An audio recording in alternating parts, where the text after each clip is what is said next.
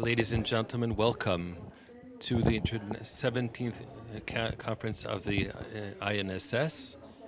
This year, to discuss Operation or Swords of Iron, we're sitting here in the Land of Israel Museum, but there are digital platforms connected to this conference and Khan 11 channel, digital channel. 5 months exactly at 6:30 on Saturday, the 15th of October 2023, one of the worst battles in the history of the State of Israel began. A battle that is occurring right as we speak. Ladies and gentlemen, we're here convening here today to talk about the the implications of this battle on the various dimensions of the present and looking forward as well. All of these things will dictate what Israel will look like and what Israeli society will look like in the next few years. Before we get started, please pay attention. The auditorium that we're in is a protected area. If there's a real siren, please remain seated.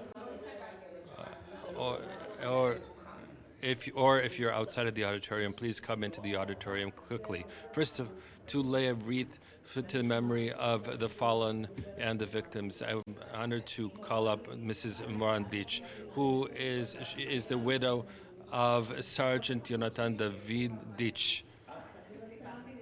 He's from Harish in the Recon Division. Battalion who fell on the 7th of December 2023.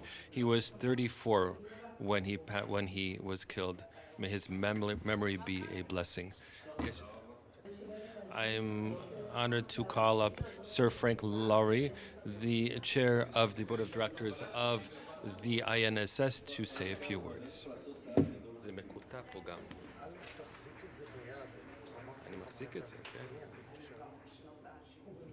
Good morning, dear friends. I'm very honored to open the 17th conference of the INSS. I immigrated to Israel in 1946. And the way the British caught us and took us to Cyprus. After that, in our group, when I came to Israel, I was 16 years old. They took us through the young immigrants, and then I spent a year there later, and after that I joined the Haganah. At the establishment of the state, we volunteered to enlist in the army, and I found myself in Golani and the 1st Brigade, Battalion 12. That's where we fought in the lower Galilee for about 6 months, and after that, they sent us to Gaza. You know where that is, right? To Gaza. And there, it was very tough. The battles were very tough, and it was raining. It was raining cats and dogs, and our tanks and vehicles couldn't move.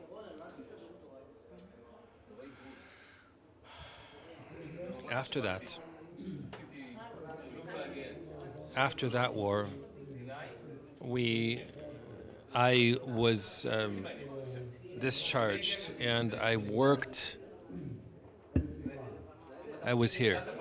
Now, it's already almost 75 years since we fought in Gaza, and then but we're still fighting there. Maybe it's already time to win once and for all. And that's enough. Dear friends, thank you for coming, and I wish all of us a successful conference. Thank you.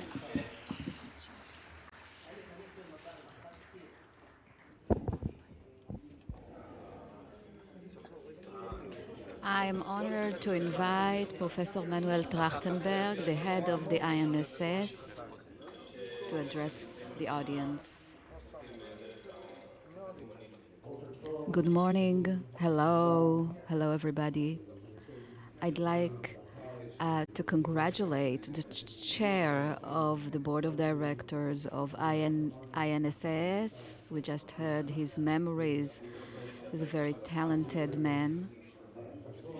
And his vision is fundamental to the INSS. Hello, my friend, the board of members of board of directors, and we also have David Petraeus, the former head of CIA, with us. We are very glad to have you here with us this morning. Researchers from the INSS, distinguished guests inside and outside the hall, welcome. I'm really glad to open this annual conference of INSS. And as it was said before, that's the 17th year, 17th conference, annual conference. But nowadays, the conference is under the heavy shadow of war. So that's why it's not intended to be a festive event. But we need to be very humble and examine the reality most of the time and an attempt to foresee a better future despite the disaster that happened to us on October 7th. Ever since the establishment of the state, we have coped with many challenges. We fought many wars. We experienced existential threats. Many of us, many of our families became bereaved families, but we always recovered and clung to our anthem that says we still have hope, and we never lost hope.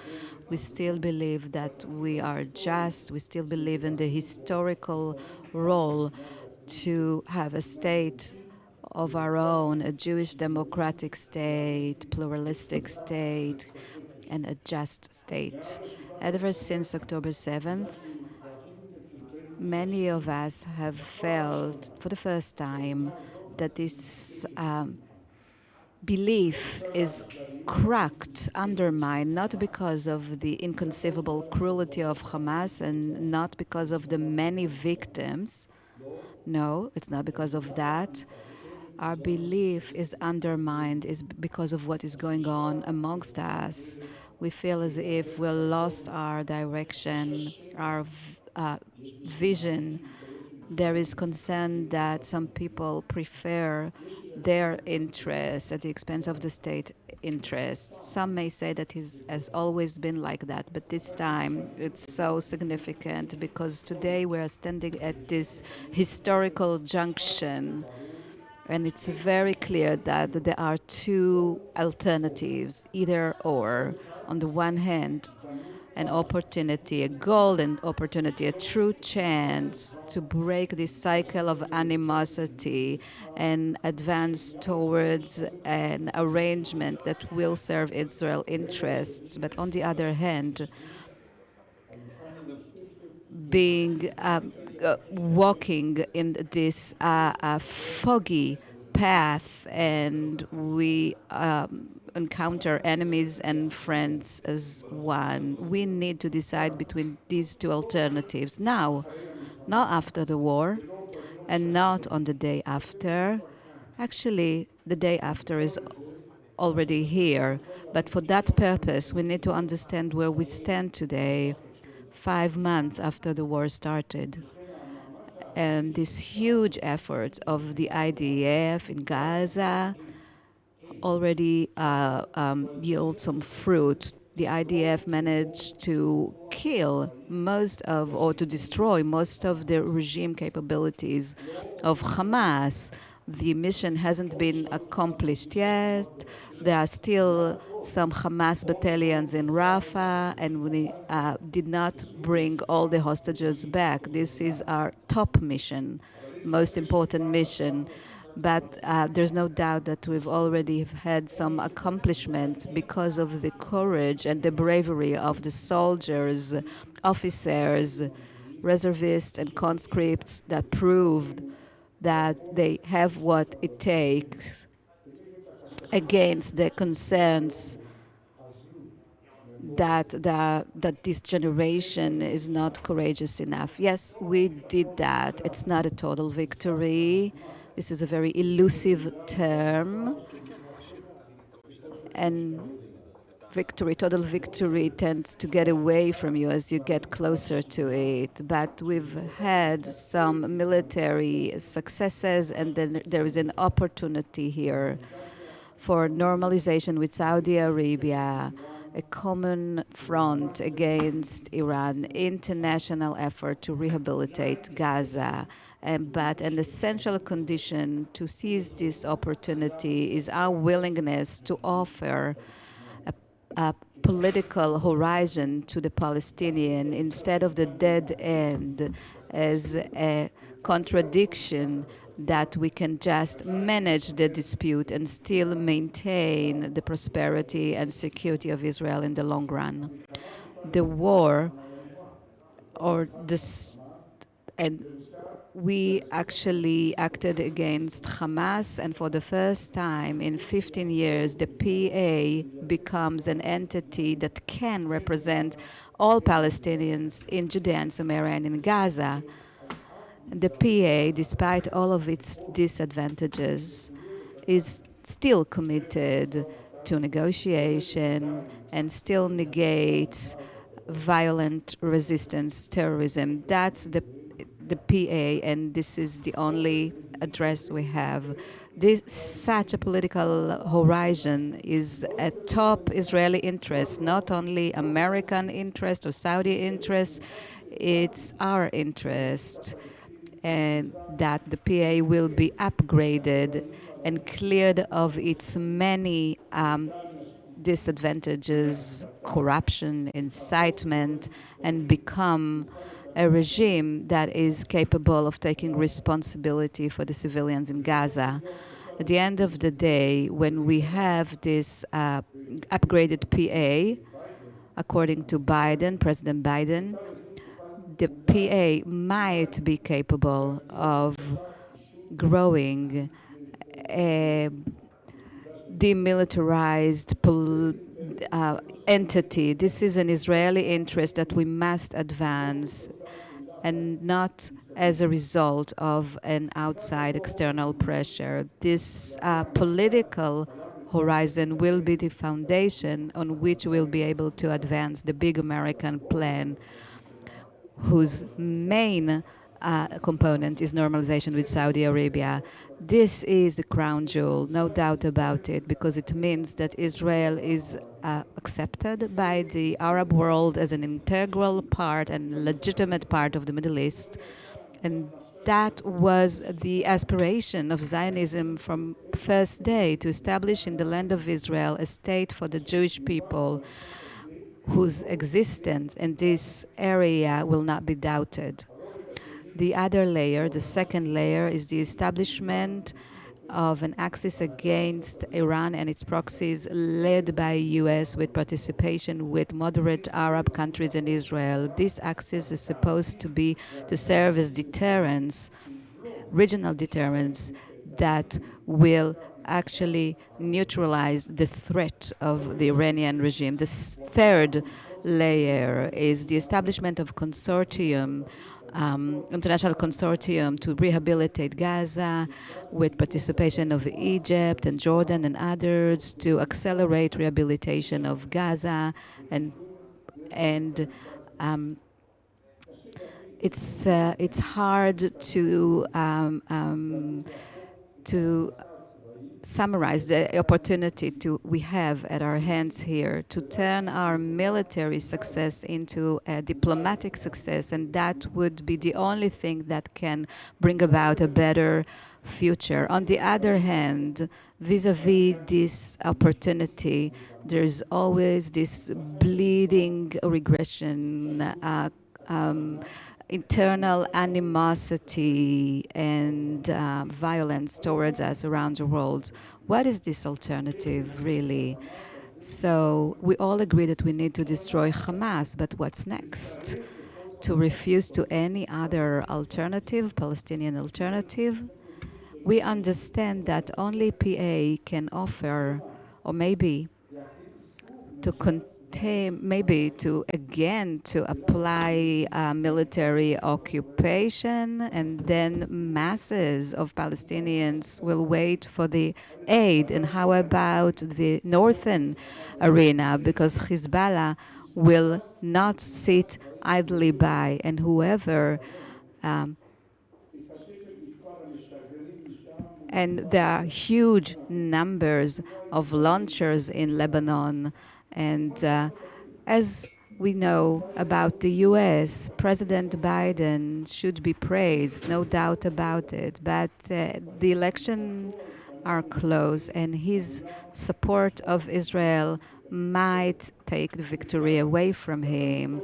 And anyway, the patience of the administration is fading. It's not eternal.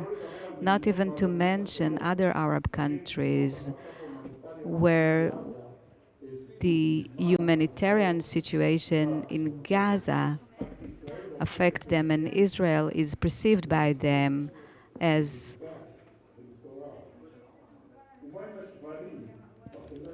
Israel is perceived by them as a cruel entity. And how about inequality in terms of carrying the burden? Israeli Arabs, our government wants to drag them into this conflict. And there is also this absurdity presented by the political system. It's all related to it. So choosing this alternative will only make the rifts bigger and prevent the beginning of recovery, rehabilitation we desperately need. Yes, we are at this junction, critical junction. We need to choose. It's either or. In light of this, our first role as researchers is not to try to make the reality look better, but to present clearly the alternative with its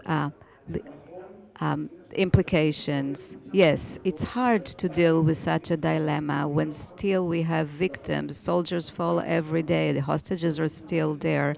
Evacuees have never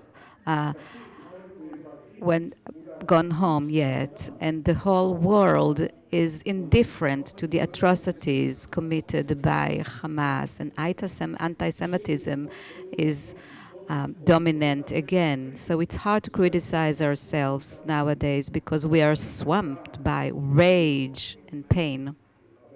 But we have to. We have to overcome these difficulties. We have to look at reality and decide, make a decision.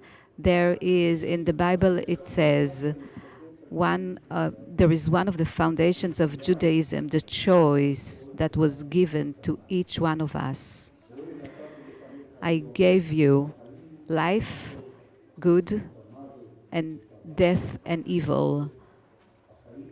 And later on, life and death are you to choose from. I guided you, and you chose life so that you live and your offsprings will live. Dear guests, ladies and gentlemen, we were given the right to choose here in our own state. Let's wish us all to be smart enough to choose life. Thank you very much.